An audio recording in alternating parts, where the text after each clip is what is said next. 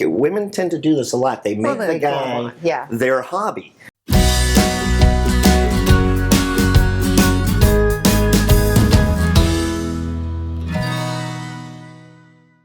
In a relationship, is a little mystery a good thing between partners, or is it better to disclose everything? What do you think?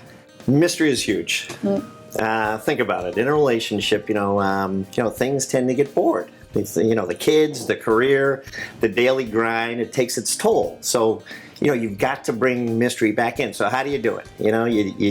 What you do is you change your look, you change your style, you change your daily activities. And, think about it. If my girl comes home with, 5 shelter cats tomorrow that she's going to babysit for 2 weeks, I'm going to look at her in amazement and I'm going to say, what else is this woman capable of doing? You know what I mean?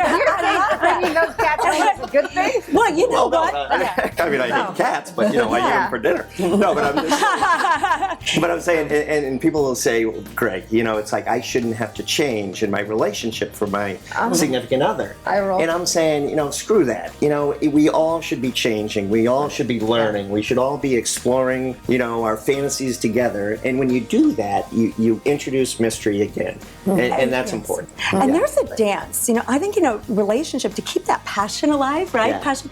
There's a dance between closeness and distance, and I'm assuming distance may not be the word, the dance is basically, I think the way you navigate that dance is cultivating your passions outside of the relationship, right?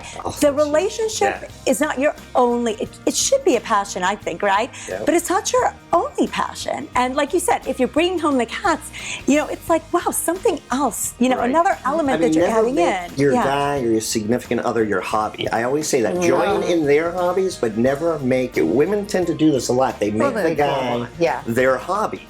And you don't want to do that. You want to have your own hobbies and passions, like you say, outside of his or her, But I'm also going to say imagination. I was listening to Esther Perel's Crisis of Desire, and imagination, keeping that mystery, I'm not saying secrets.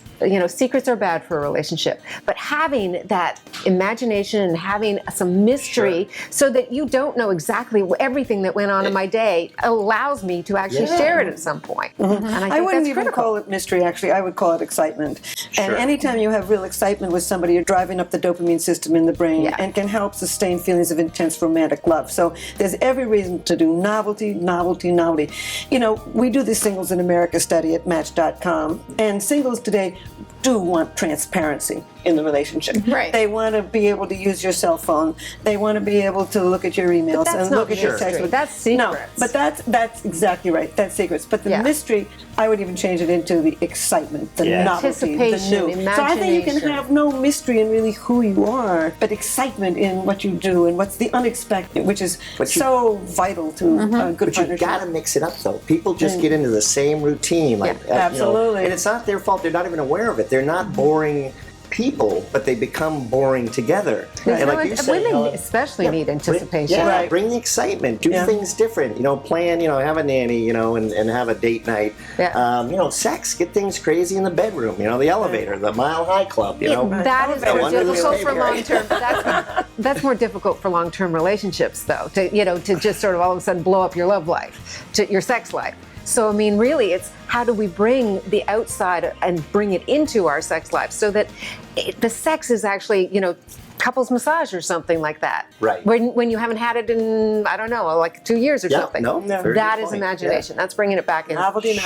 And so one of the things, that guideline I suggest is this going to affect, if you're talking about your partner, it's a woman, is it going to affect, his life or his future with you, your relationship together? That's a guideline. If it's something that, your past that is, has no reverberations in the future, you don't necessarily need to. But if it's something that's going to affect him, your relationship together, that's your guideline. And I think that's a great compass to figure out, should I reveal? Do I need to bring this up? Do I need to share this? In terms of that aspect. You said something else that I really like. I think one of the great 21st century issues is the degree to which we need autonomy versus intimacy. And in every relationship, it's going to switch like the ocean, and you're going to need more autonomy at some times and more intimacy at others. And I think that's the great 21st century issue. So what the panel is saying today is that a little mystery is a very good thing, provided that it's not a secret that could be harmful to the relationship.